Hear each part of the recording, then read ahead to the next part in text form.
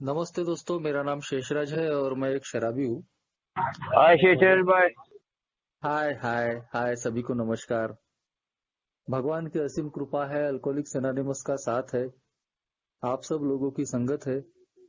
यही वजह है दोस्तों, आज भी मैंने शराब नहीं पी और एक बढ़िया जिंदगी, अच्छी जिंदगी जीने की आज मैं कोशिश कर रहा हूँ दोस्तों। सबसे पहले तो orange city online group Nagpur का आभारी हूँ, जो उन्होंने मुझे 7 डेडली सिंस, जो 7 घातक पापे जो बोली गई है, उन पर अपने अनुभव साझा करने का मुझे मौका दिया दोस्तों। और गुस्सा, एंगर पर हम बात करने जा रहे हैं आज। मुझे अपने अनुभव साझा करने हैं। ए में आने के बाद ही मुझे पता चला कि मैं अल्कोहलिज्म नाम की एक महाभयानक बीमारी से ग्रसित हूँ।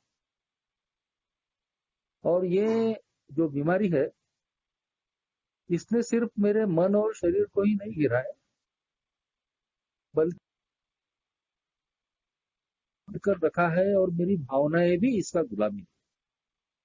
पहली बार ए में आने के बाद पता चला दोस्तों, मैं सिर्फ इमोशनली कमजोर ही नहीं हूँ, मैं इमोशनली सिक भी हूँ। यानी भावनात्मक रूप से मैं कमजोर ही नहीं हूँ, बल्कि मैं एक बीमार इंसान हूँ, भावनात्मक रूप से बीमार। कहा तो मैं ए में शराब बंद करने के लिए आया था, और कहा इस प्रोग्राम ने दोस्तों मेरा ही पोस्टमार्टम करके रख दिया। और ये पोस्टमार्टम भी मुझे अपने हाथों से करना पड़ा, ये तो और एक अजीब बात थी, लेकिन ये करना बहुत जरूरी था दोस्तों। अगर शायद मैं ये अपना पोस्टमार्टम नहीं करता, जिसको ए में हम लोग अपनी छानबीन बोलते हैं, मोरल इन्वेंट, तो शायद मैं सोबर नहीं रह पाता। या फिर अगर मैं सोबर, या जिसे हम दारू से दूरी कहते हैं, वो अगर मिल भी जाती, तो फिर एक खुशनुमा जिंदगी जो बोलते हैं, हैप्पी जॉयस एंड फ्री, शायद ये लाइफ मुझे नहीं नसीब होती। लेकिन थैंक्स गॉड दोस्तों कि ईश्वर की कृपा हुई, और मेरे पहले आए हुए जो ओल्ड टाइमर थे, जो अनुभवी सदस्य थे, वो समय समय पे अपने अनुभवों से मुझे सजग कर रहे थे, सचेत कर रहे थे कि दारू की दूरी को अपनी मंजिल मत मान लेना। ये जो प्रोग्राम है, ये शराब बंद करने के बाद शुरू होता है, और अगर मुझे अब शराब को हमेशा के लिए अपनी जिंदगी में आने से रोकना है, तो मुझे कुछ बेसिक चीजों पे काम करना पड़ेगा, जो कि अपनी बिग बुक चैप्टर 5 में लिखा है दोस्तों, कि हमारी जो शराब है वो तो सिर्फ एक सिम्टम है, एक लक्षण है। We have to get down that causes and condition. यानी वो परिस्थितियां और वो जो कारण है कि जिनकी वजह से हम शराबी बने, और फिर दोबारा हम शराब की तरफ में जा भी सकते हैं। या फिर अगर शराब हमने नहीं भी पी, तो हमारी जिंदगी में एक जो सुकून, शांति, समाधान नाम की जो चीज है, या एक स्वतंत्र जो लाइफ है, फ्री लाइफ, शायद हम उसका उपभोग नहीं कर पाएंगे। और इसीलिए दोस्तों, इस प्रोग्राम ने मुझे बोला कि तुमको वो जो कारण है, वो जो परिस्थितियां है, उनको समझना पड़ेगा, अपनी आत्मा का अध्ययन करना पड़ेगा, जो कि ए का प्रोग्राम बोला जाता है आध्यात्मिक प्रोग्राम। यानी मैं अपने आप का अध्ययन करता हूँ कि मेरे अंदर में वो क्या अच्छी चीजें है, क्या खामियां है, कौन सी ऐसी चीजें है कि जो मेरी प्रोग्रेस में, मेरी प्रगति में रुकावट बन सकती है। जब चौथे कदम पे हम एक स्पॉन्सर, एक मार्गदर्शक के मार्गदर्शन में जब हम अपने आप की सफाई का काम करते हैं, अपने आप को जो जानने का काम करते हैं, तो दोस्तों ये सारी चीजें उस पोस्टमार्टम में पता चलती है, जिसे कि 12 कदम 12 रूढ़ियों की पुस्तक में 7 डेडली सिंस कहा गया है। तो कल हमने अहंकार पे बात किए थे दोस्तों, प्राइड पे, और आज हम गुस्से पे बात कर रहे हैं।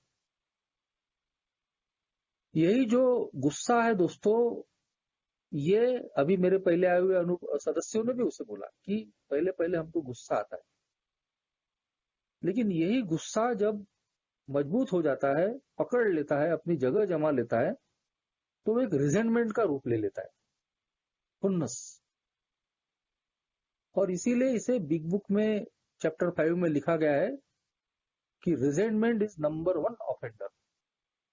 यानी हमारे मन के अंदर की, हमारे दिलों के अंदर की जो खुन्नस की भावना है, ये वो पहले नंबर का अपराधी है कि जो हमको पूरी तरीके से बर्बाद कर देता है, कई प्रकार के गुनाह करने के लिए हमको लगाता है। और इससे बच के रहना हम जैसे अल्कोहलिक लोगों के लिए बहुत जरूरी है दोस्तों।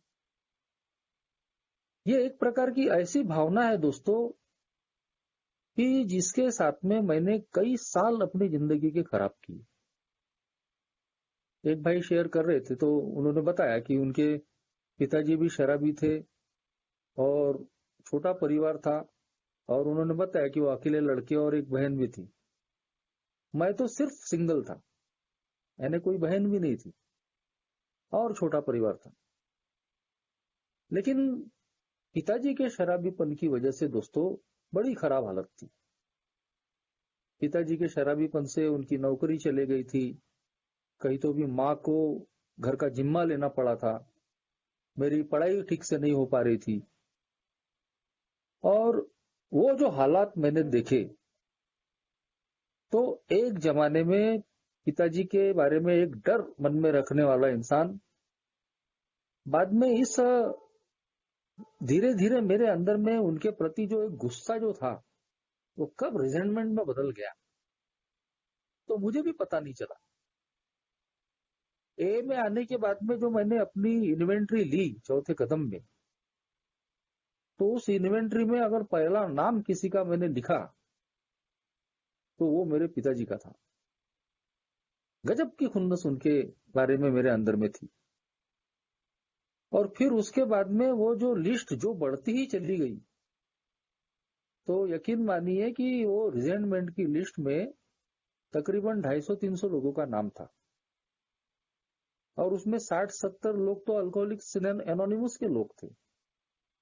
यानी जिस अल्कोहलिक्स एनोनिमस में मैं अपनी जान बचाने के लिए आया हूं, वहां भी लोगों से मैं खुन्नस पाल रहा हूं। और ये चीज कब हुई? ए में आने के बाद।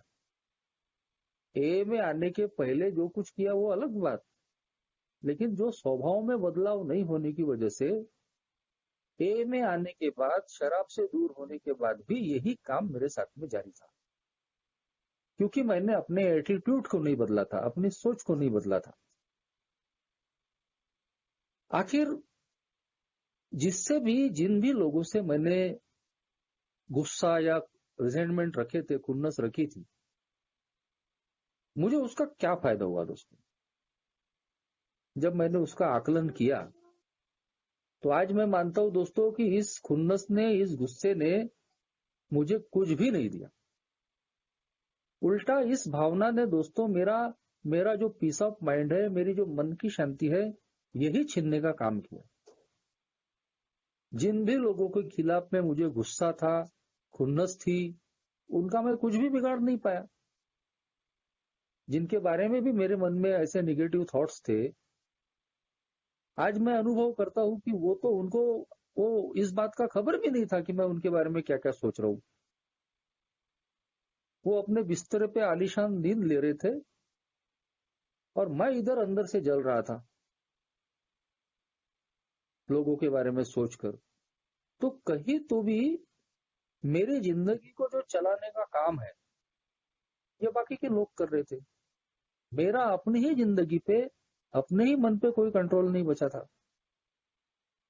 तो ये जो चीजें हैं दोस्तों, अल्कोहलिक्स एनोनिमस में आने के बाद में समझ में आई कि मेरी सोबराइटी के लिए कितनी घातक चीज है। बिग बुक चैप्टर 5 में साफ तौर पे लिखा है दोस्तों कि ये जो गुस्से की भावना है, ये उन सामान्य लोग जो नॉन अल्कोहलिक है, उनके लिए ठीक भी हो सकती है, वो उसको संभाल सकते हैं, लेकिन मेरे जैसे अल्कोहलिक के लिए ये एक जहर का काम करती है।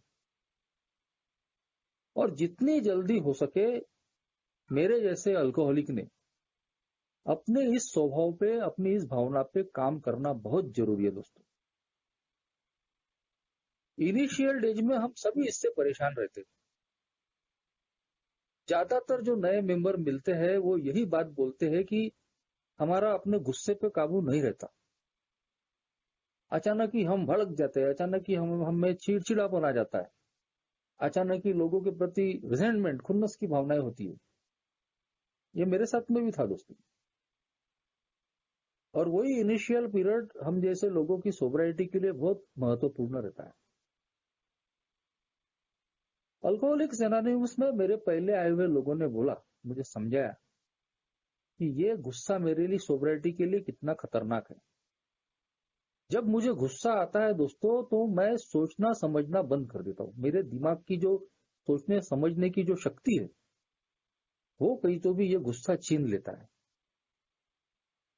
और आप देखिए दोस्तों कि ज्यादातर जो बड़ी या छोटी गलतियां हुई है या नुकसान हुआ है तो हमारे इस 2 मिनट के गुस्से में ही हुआ है। जब वो गुस्से का ज्वार अंदर में पैदा होता है तो हम संभाल ही नहीं पाते कि अब मैं क्या करूं और क्या नहीं। मैं जो करने जा रहा हूं या जो मैं बोलने जा रहा हूं तो मेरा उस पर नियंत्रण ही नहीं होता, मैं परिणामों की चिंता ही नहीं करता। और इसीलिए अभी एक भाई भी शेयर कर रहे थे और ऐसे अनगिनत उदाहरण है कि इस गुस्से की वजह से या रिजेंटमेंट की, डीप रिजेंटमेंट बोला है, गहरी खुन्नस की भावना, इन वजह से कई जो हमारे सदस्य है वापस दोबारा शराब की तरफ में लौटे हैं। लेकिन दोस्तों घबराने की आवश्यकता नहीं है। अल्कोहलिक्स एनोनिमस ने जहां हमारा मर्ज हमको बताया, बीमारी हमारी बताई, तो वही दोस्तों उसका इलाज भी बताया। जिस तरीके से दोस्तों हमने अल्कोहलिक्स एनोनिमस में आने के बाद हम अल्कोहलिक है और हम अल्कोहलिज्म नाम की बीमारी से ग्रसित है, इस बात का स्वीकार किया। अगर हम उसको स्वीकार नहीं करते तो शायद हम अल्कोहल से दूर नहीं होते।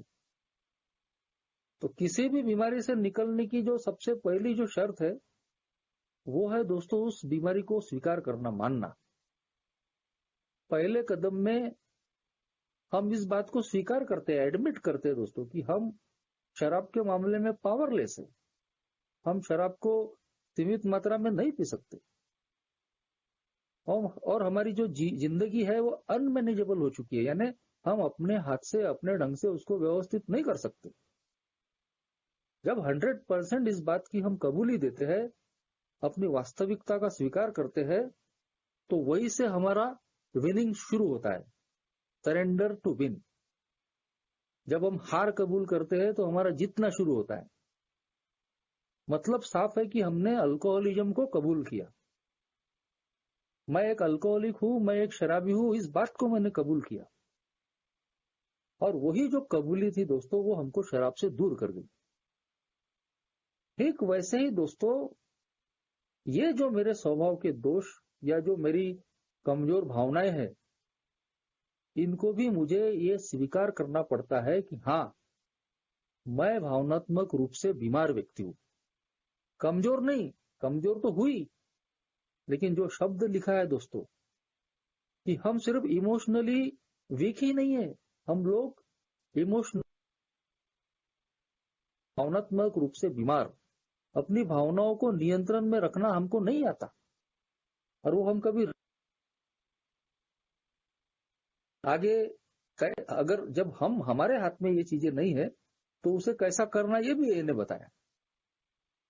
जिस तरीके से हम शराब को कंट्रोल में नहीं पी सकते थे या शराब से हम खुद छुटकारा नहीं पा सकते थे, लेकिन जब हमने एक उच्च शक्ति या ईश्वर की संकल्पना का सहारा लिया, उसको प्रार्थना की, तो हम उससे दूर हुए।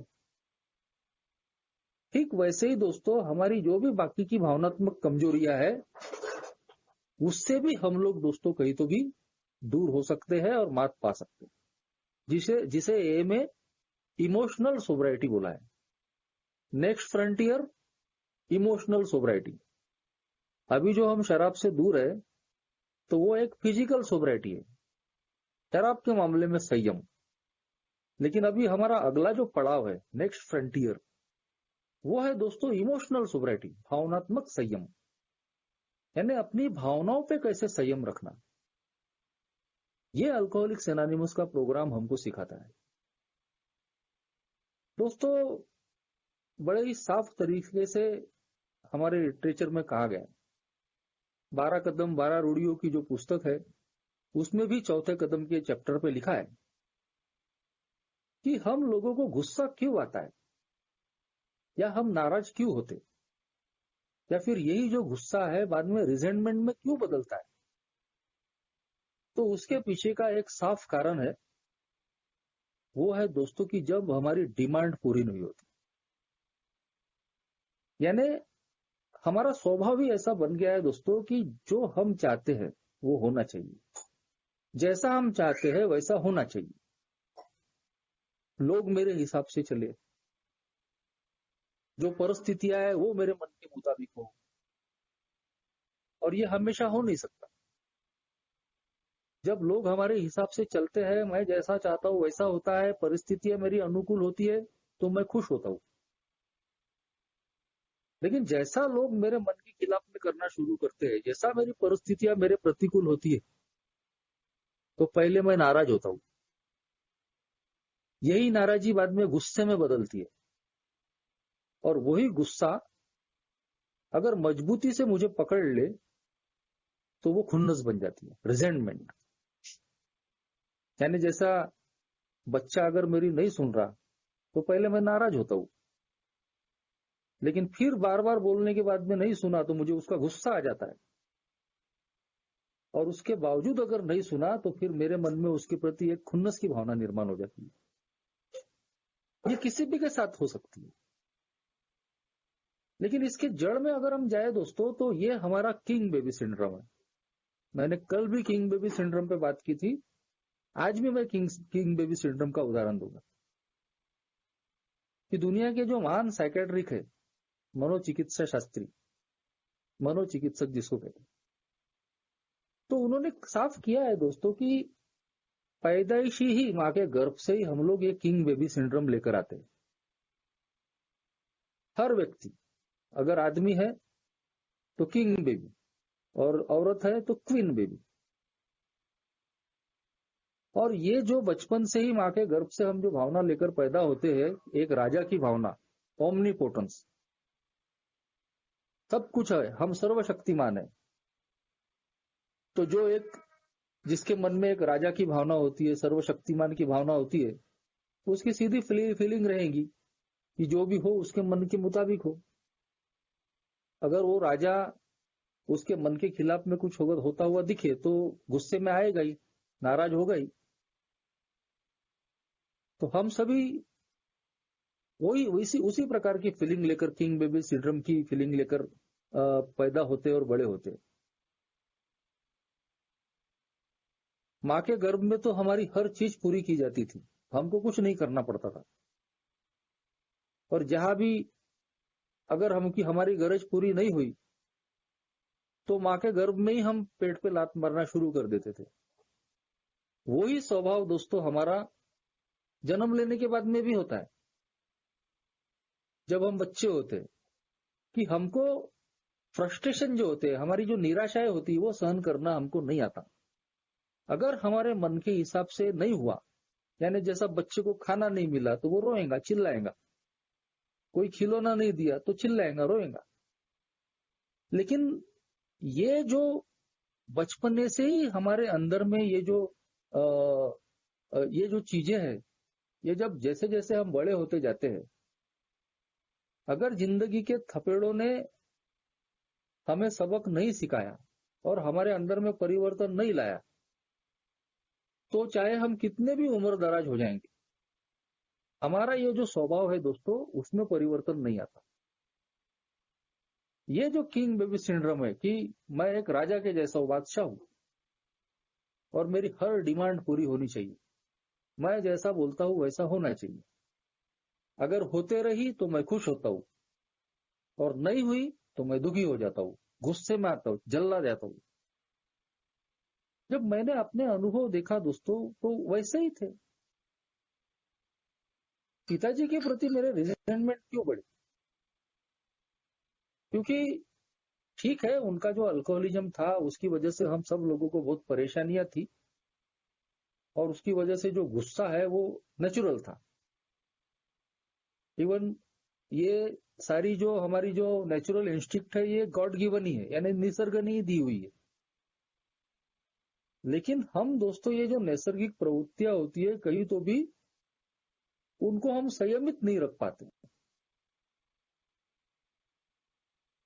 करती है तो वही हमारे दुख का कारण बनती है। मैं भी है, और उन्होंने हमारे साथ में जो कुछ भी अन्यायकारी काम किया भी था, लेकिन मैंने जो किया उनके साथ में, क्या मैं उसका जस्टिफिकेशन दे सकता हूं? मैं हमेशा दोस्तों अपने गुस्से को समर्थन करने वाला इंसान, अपनी हर बुरी चीज का समर्थन करना मेरी आदत है।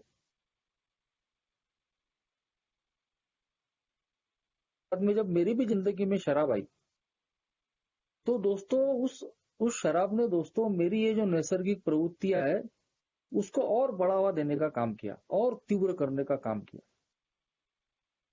और मेरे अंदर में जो थोड़ा बहुत गुस्सा या रिजेंटमेंट थी, वो इतनी उग्र हो गई कि धीरे धीरे पिताजी के साथ मेरी गाली गलौज होने लगी।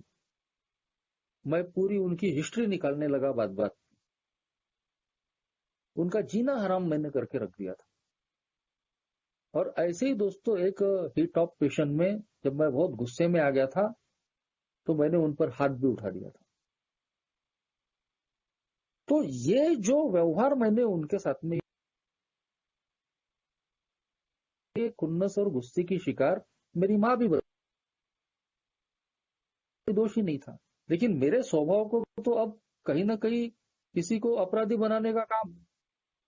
पिताजी पे गुस्सा है क्योंकि वो अल्कोहलिक थे, उन्होंने जिंदगी में परेशानियां दी। माँ पे गुस्सा इसलिए था क्योंकि उसने उसको संभाला नहीं, या वो उनका पक्ष लेती है। और ये लिस्ट लंबी होती ही चली गई।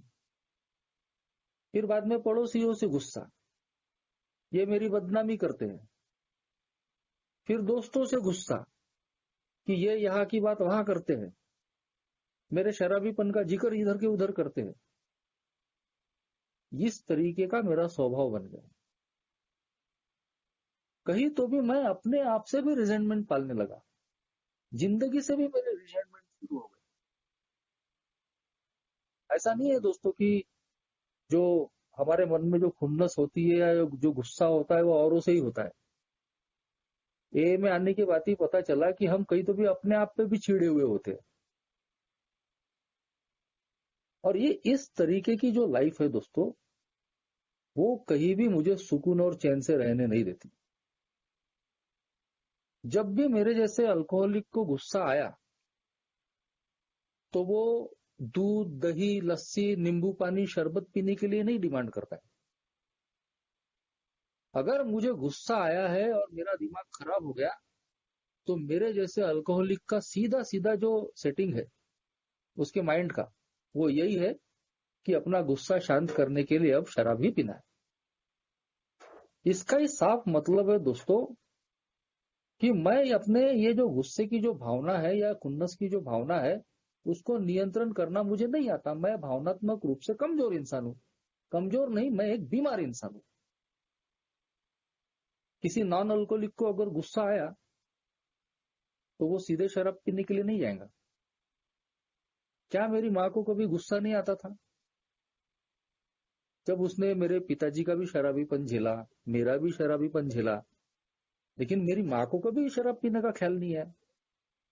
लेकिन मुझे अगर जरा भी गुस्सा आता था तो मैं पहले दारू की तरफ ही भागता था। इसीलिए बोला गया दोस्तों कि जो बाहरी लोग हैं, जो नॉन अल्कोहलिक लोग हैं, गुस्से को वो संभाल सकते हैं, गुस्सा उनके लिए ठीक हो सकता है या नहीं हो सकता वो भी अलग बात है। लेकिन मेरे जैसे अल्कोहलिक के लिए गुस्सा एक जहर की तरह है, जो मेरी सोब्राइटी को 2 मिनट में शिकार बना सकता है। और किसी भी तरीके का गुस्सा या किसी भी तरीके की खुन्नस अगर मेरे जैसा अल्कोहलिक मन में पाल के रखता है, तो उसके बदले में उसको कुछ भी नहीं मिलता, कुछ भी हासिल नहीं होता, सिवाय बेचैनी के, सिवाय अशांति के। आज दोस्तों भगवान की कृपा से मेरी जान बची, मैं अल्कोहलिक्स एनोनिमस में आया, मेरी शराब बंद हुई। आज मैं एक अच्छी जिंदगी जीना चाहता हूं। मैं फिर दोबारा शराब की तरफ में नहीं जाना चाहता। और इसीलिए दोस्तों मुझे इन सब चीजों पे आज काम करना पड़ता है। आज मैं इस बात को समझता हूं कि गुस्सा मेरे लिए कितना खतरनाक है। तो लोगों के प्रति मेरे मन में भरी हुई जो ये खुन्नस की भावना है, रिजेंटमेंट जो है, वो मेरे लिए फायदे का सौदा नहीं है। जिन भी लोगों का मैं गुस्सा करता हूं, जिन भी लोगों के प्रति मेरे मन में खुन्नस की भावना रखता हूं, उनका तो मैं कुछ नहीं बिगाड़ पाता, मैं अपना खुद का ही नुकसान करता हूं। मगर आज ए में आने के बाद में, अपनी छानबीन करने के बाद में, जब मैंने इन चीजों को जाना, तो मुझे साफ समझ में आ गया कि अगर मैं फिर दोबारा शराब नहीं पीना चाहता और एक खुशनुमा जिंदगी जीने का आनंद वाली जिंदगी अगर मैं जीना चाहता हूं, तो मुझे इससे मुक्त होना पड़ेगा। और उसका रास्ता ए ने बताया दोस्तों, लेट गो लेट गॉड। जिनके भी प्रति हमारे मन में गुस्सा आता है, जिनके भी प्रति हमारे मन में खुन्नस की भावना है, सबसे पहले तो तीसरा कदम और प्रार्थना मुझे बताती है कि सब कुछ तेरे मर्जी के हिसाब से होने वाला नहीं है। इस प्रार्थना ने, एक ही सेरेनिटी प्रेयर ने मेरा बहुत फायदा किया दोस्तों। आज भी जब भी कोई समस्या रहती है या जब भी मन के विपरीत चीज होती है, तो मैं इस प्रार्थना का सहारा लेता हूं, जो साफ साफ मुझे बताती है कि जिंदगी में कुछ चीजें तेरे बस में है और कुछ चीजें तेरे बस में नहीं है। अल्कोहलिक्स एनोनिमस की मीटिंग, आप लोगों के अनुभव, स्पॉन्सर की मदद, ए के लिटरेचर की मदद, ये मुझे एक सत्सद विवेक बुद्धि देती है, विजडम देती है, समझ देती है कि मैं इन चीजों को समझ पाऊं कि कौन सी परिस्थितियों को मैं बदल सकता हूं और कौन सी परिस्थितियों को मैं बदल नहीं सकता। आज मैं ये तय कर सकता हूं, इतनी विजडम इस प्रोग्राम ने, आप लोगों ने मुझे दी है कि जब भी मेरे सामने में ऐसी कोई घटना होती है, अगर कभी मेरे हाथ से गलती हो भी गई, तो थोड़ी देर के बाद में समझ में आता है कि क्या तू जो चीज तेरे हाथ में नहीं है बदलना, क्या उनको बदलने की कोशिश कर रहा है? जो परिस्थितियां तेरे हाथ में बदलनी नहीं है, क्या उनको, उनके पीछे तू पड़ रहा है? और साफ पता चल जाता है कि अगर मैं मन से अशांत हूं, या मैं गुस्से से भरा हूं, या डर से भरा हूं, तो इसका मतलब है कि मैं अपनी मनमानी करना चाह रहा हूं, मैं भगवान की इच्छा को समझ नहीं पा रहा हूं। तो ये प्रार्थना सबसे पहले दोस्तों मुझे सहारा देती है। पुराने सदस्य भी बोलते हैं कि जब भी गुस्सा आता है तो प्रार्थना करो। एक ही भी प्रार्थना कर सकते हैं, या आप अपने जो भी आप और कोई भी जो प्रार्थना करना चाहिए वो भी प्रार्थना कर सकते हैं। तो कई बार दोस्तों जब हमको गुस्सा आता है, तो हम अगर प्रार्थना करते हैं, ऊपर ऊपर से नहीं, मन से, कि नहीं मैं इस गुस्से से निकलना चाहता हूं, तो जरूर प्रार्थना हमको मदद करती है दोस्तों। पर मेरा यह मानना है कि मैं समझ के प्रार्थना करूं, ऐसा ही नहीं कि मैं मैकेनिकली प्रार्थना कर रहा हूं। मेरी अपनी पूरी इच्छा होनी चाहिए कि मैं प्रार्थना इसलिए कर रहा हूं कि मैं उस गुस्से से मुक्त हो सकूं। कहीं तो भी दोस्तों, जो अभी विशाल भाई ने भी बोला, किसी न किसी के साथ में अपनी बात शेयर करना।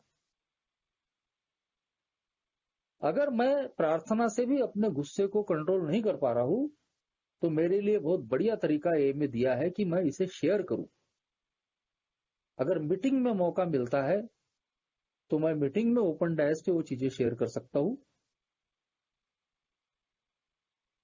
मेंबर या अपने स्पॉन्सर से कांटेक्ट करके निकाल सकता हूँ।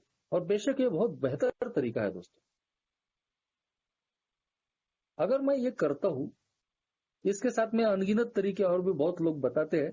अब आप कर भी सकते हैं और नहीं भी कर सकते, लेकिन किसी को फायदा हुआ है तो उन्होंने बोला है कि जब गुस्सा आता है तो 2-3 गिलास पानी पी लो, कोई बोलता है कि मीठा खा लो, और भी एक तरीका बताया कि वो जगह छोड़ दो जहां आपके मन में गुस्सा पैदा हो रहा है, वातावरण खराब हो रहा है, आप उस वक्त अपने आप को नहीं संभाल पा रहे, तो थोड़ी देर के लिए अगर वो जो स्थान है, वो प्लेस जो है, उससे अगर आप दूर चले गए, क्योंकि गुस्सा जो आता है ना दोस्तों, वो पल भर का गुस्सा होता है, लेकिन उसी पल भर के गुस्से में कई बड़े बड़े कांड हो जाते हैं। और मेरे जैसे अल्कोहलिक के लिए सबसे बड़ा कांड हो जाना बोलो तो मैं शराब पी लेना। लेकिन मैं ये जो अल्कोहलिक्स एनोनिमस में आने के बाद में ये जो छोटे छोटे टिप्स मुझे दिए गए थे, इन पर काम करके मैं अपने आप को गुस्से से बचा सका। लेकिन ये जो फार्मूले है दोस्तों, ये जो टिप्स है, ये कहीं तो भी मैं मानता हूं कि टेम्पोररी है, स्थायी नहीं है। अगर अपने गुस्से और अपने रिजेंटमेंट पे अगर मुझे स्थायी समाधान चाहिए, परमानेंट सॉल्यूशन, तो सिवाय चौथे कदम की इन्वेंट्री के मेरे पास में दूसरा कोई इलाज नहीं है। 4 साल तक दोस्तों मैं इस प्रोग्राम से भागते रहा।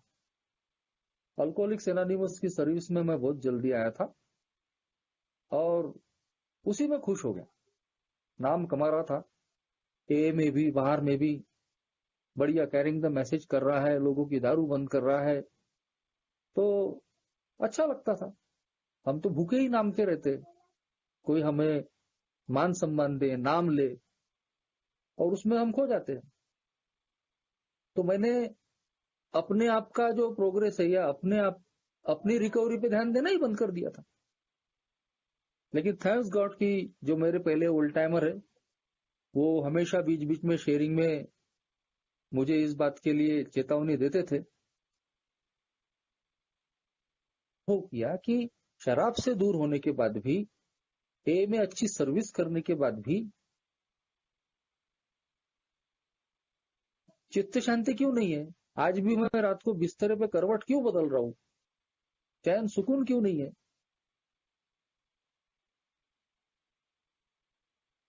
तक मैं इस प्रोग्राम पे अपनी हाउस क्लीनिंग नहीं करता, अपनी इन्वेंट्री लेके सफाई नहीं करता, तो मुझे वो चित्त शांति मिलने वाली नहीं है।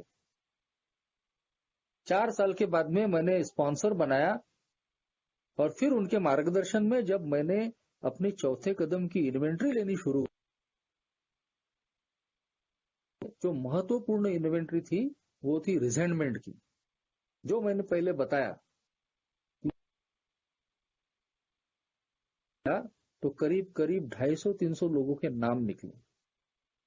और दोस्तों कहीं तो भी उसको पढ़ने के बाद उसमें उस रिजेंटमेंट की इन्वेंट्री में सिर्फ यही नहीं लिखना कि प्रश्न रखता हूं या गुस्सा आता हूं, यही नहीं लिखना था कि क्या कारण है कि उसने मेरा क्या बिगाड़ा उस व्यक्ति ने, लिखना था कि मैं कहाँ गलत हूं, मैं कहाँ दोषी हूं।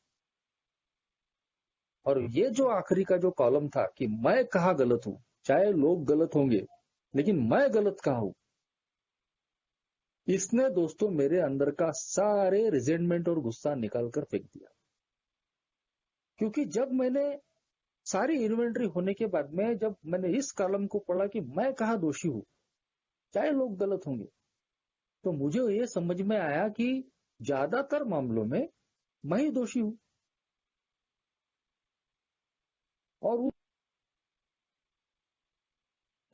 ये छोड़ दीजिए एक बार का कि लोग कहाँ गलत है, से अपनी इन्वेंट्री लेना है। ए का प्रोग्राम बोलता है दूसरों की इन्वेंट्री नहीं लेना है, अपनी इन्वेंट्री लेना है कि मैं कहाँ गलत हूं। और ये इन्वेंट्री ने दोस्तों मेरी आंखें खोल दी और प्रति खुन्नस और गुस्से की भावनाएं थी, उनको निकालने में काफी हद तक उसका पहला फायदा हुआ दोस्तों, मेरे पिताजी के प्रति जो रिजेंटमेंट था मेरा, वो कहीं तो भी निकल गया।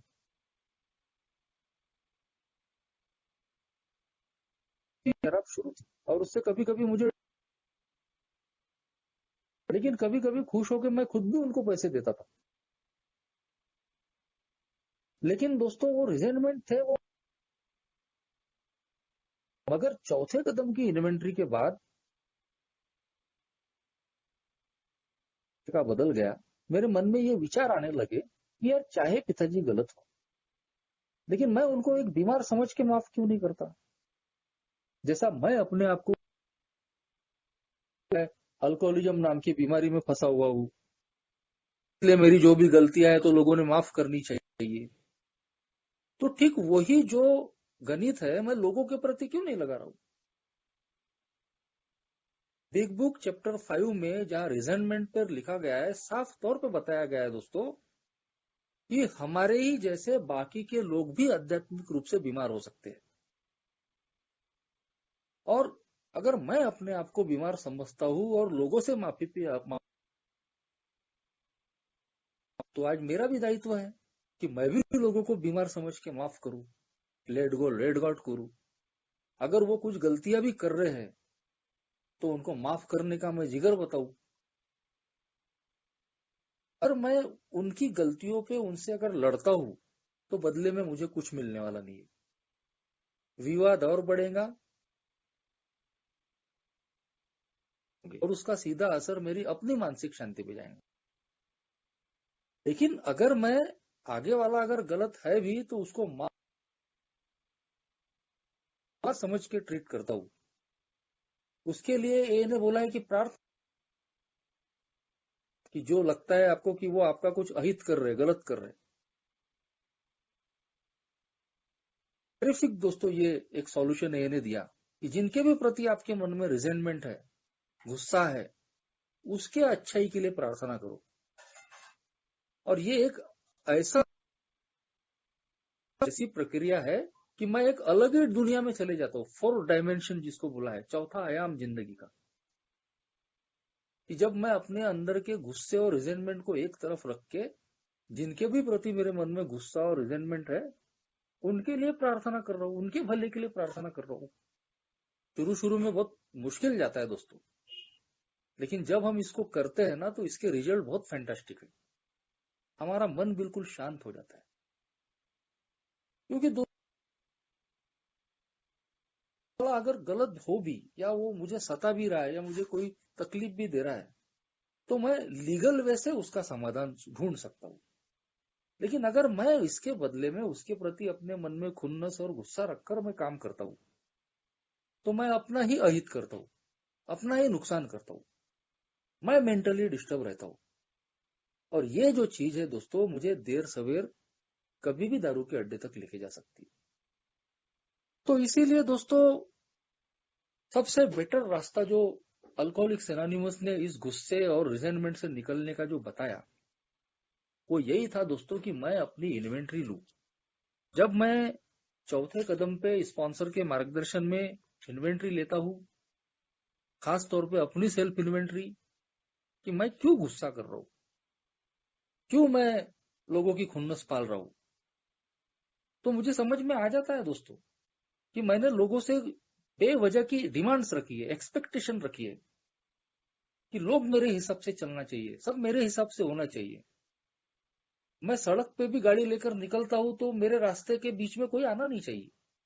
मान लीजिए कि कोई गाड़ी वाला, या चाहे वो 2 व्हीलर हो, 4 व्हीलर हो या कुछ भी हो, वो मेरे सामने आके रुकता है तो मैं इरिटेट हो जाता हूँ। क्यों? क्योंकि मेरे अंदर का जो किंग बेबी सिंड्रोम है वो चाहता है कि उसके लिए सारे रास्ते साफ हो। अगर वो रास्ते बंद दिखे, मेरे आने जाने पे जरा भी थोड़ी रुकावट आई तो मैं चिड़चिड़ा हो जाता हूँ, इरिटेट हो जाता हूँ, डिसकंटेंट हो जाता हूँ। ये मेरा किंग बेबी सिंड्रोम है। लेकिन जो तीसरा कदम और प्रार्थना है दोस्तों, मेरी जिंदगी की वास्तविक सच्चाई रखता है कि मैं सिर्फ शराब के मामले में ही पावरलेस नहीं हूं, मैं इस जिंदगी के मामले में भी पावरलेस हूं। और इसीलिए जितनी जल्दी मैं इस बात को समझ लूं कि मेरे मन के मुताबिक हमेशा होने वाला नहीं है, ये स्वीकार भाव जब मेरे अंदर में बढ़ता है, तो बेवजह लोगों पे नाराज होना, बेवजह लोगों पे गुस्सा होना, बेवजह लोगों की खुन्नस पालना, ये सब बंद हो जाता है दोस्तों। इसके सिवाय दोस्तों हमारे पास में और कोई दूसरा सॉल्यूशन नहीं है। इस पर जब मैंने काम करने की कोशिश की दोस्तों, तो आज ऐसा नहीं है कि अभी भी मुझे गुस्सा नहीं आता, बिल्कुल आता है। हमारे सारे जो चरित्र के दोष है या जो भावनात्मक कमजोरियां है दोस्तों, वो पूरी तरीके से निकलने वाली नहीं है। लिखा है दोस्तों बिग बुक में कि हम कोई संत नहीं है, हम स्पिरिचुअल प्रोग्रेस की बात करते हैं, यानी आध्यात्मिक प्रगति की बात करते हैं, परफेक्शन की बात नहीं करते। हम लोग कभी भी परफेक्ट होने वाले नहीं है। लेकिन अल्कोहलिक्स एनोनिमस ने हमारे सामने में एक गोल दिया है, एक उद्देश्य दिया है कि हम अच्छा बनने की कोशिश तो कर सकते हैं। गुस्सा हमारे अंदर से कभी जाने वाला नहीं है, गुस्सा आएगा, लेकिन अगर मैं उस गुस्से पे थोड़ा बहुत भी अगर काम करता हूं, तो कम से कम उसके जो परिणाम है वो ज्यादा खतरनाक नहीं होंगे। मुझे आज भी गुस्सा आता है, मैं शॉर्ट टेम्पर्ड हूं दोस्तों, लेकिन आज मुझे पीने के विचार नहीं आते। या गुस्सा आ गया तो किसी की जान लेने के या किसी का नुकसान करने का विचार नहीं आता। मैं आज मेरे मन के अंदर में किसी के प्रति जो रिजेंटमेंट है या खुन्नस की भावना पैदा होने से अपने आप को रोकता हूं, क्योंकि आज मैं जानता हूं कि मैंने अगर अपने अंदर में किसी के भी प्रति खुन्नस की भावना पनपने दी, तो इसका सीधा नुकसान सिर्फ मुझे होने वाला है, सामने वाले को नहीं होगा दोस्तों। सामने वाला तो अपने घर में आलीशान बेड पर मस्त नींद लेगा, लेकिन मैं अगर उसके प्रति खुन्नस से और गुस्से से भरा हूं, तो मेरी रात की नींद हराम हो जाएगी। मैं कितनी भी भौतिक तरक्की कर लूंगा, शराब से कितने भी साल दूर हो जाऊंगा, लेकिन अगर मैं अपने गुस्से और खुन्नस से आजाद नहीं हुआ, तो मैं रात को बिस्तर पे करवट बदलते रहूंगा। और इसीलिए दोस्तों आज मैं नहीं चाहता कि मैं शराब से दूर रह के मेरे चेहरे पे 12 बजे रहे, मेरी जिंदगी अशांत रहे। मैं इस जीने का आनंद उठाना चाहता हूं। और ये जीने का आनंद मुझे में कब आएगा दोस्तों मेरी जिंदगी में? ये शराब की जो दूरी है जो आज मुझे मिली है, एक नई जिंदगी जो मुझे मिली है, मैं उसका एंजॉय लेना चाहता हूँ, मजा लेना चाहता हूँ। तो ये कब होगा? ये तभी होगा दोस्तों कि जब मैं अपने स्वभाव की जो कमजोरियां है, मैं अपनी भावनाओं का जो गुलाम हूं, जब तक उससे मैं आजाद नहीं होऊंगा, तब तक दोस्तों मैं इस जिंदगी का आनंद नहीं ले पाऊंगा। और वो जो सारी भावनात्मक कमजोरियां है, उसी में से जो एक ये जो गुस्से और खुन्नस की भावना है, ये मेरे लिए बड़ी घातक है। तो आज इसको समझते हुए दोस्तों, रोज one day at a time के आधार पे मैं इस पर मुझे नजर रखनी पड़ती है दोस्तों।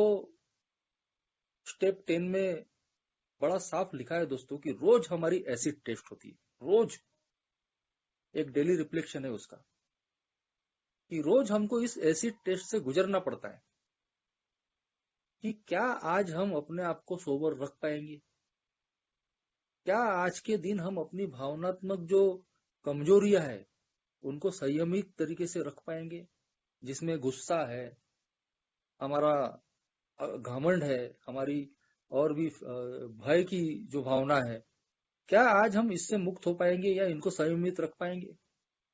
क्या हम आज दूसरों के लिए एक उपयोगी जीवन जी सकेंगे? अब अगर मेरे मन में लोगों के प्रति खुन्नस और गुस्सा भरा हुआ है, चाहे वो मेरी बीवी हो, बच्चा हो, माँ हो, बाप हो, पड़ोसी हो, काम धंधे पर के लोग हो, या अल्कोहलिक्स एनोनिमस के लोग हो, तो अगर मैं इनके प्रति गुस्से और खुन्नस से भरा हुआ हूं, तो क्या उनका उपयोगी बन पाऊंगा मैं तो उनका हमेशा यही सोचूंगा कि इनका गलत कैसा हो। तो रोज मेरी एसिड टेस्ट होती है दोस्तों। अपने आप को सोबर भी रखना है, अपनी भावनाओं पे भी संयम रखना है, और लोगों के लिए और अपने खुद के लिए एक उपयोगी जिंदगी भी जीना है। और ये तभी संभव है दोस्तों कि जब मैं अपने इन चरित्र के दोषों को, अपने स्वभाव की कमजोरियों को मैं समझूं और उस पर मैं अगर काम करूं, तो ही दोस्तों मैं एक हैप्पी, जॉयस और फ्री लाइफ जी सकता हूं। तो जो भी मेरे अनुभव थे दोस्तों मैंने रखा, आप लोगों ने सुन लिया। धन्यवाद, थैंक यू।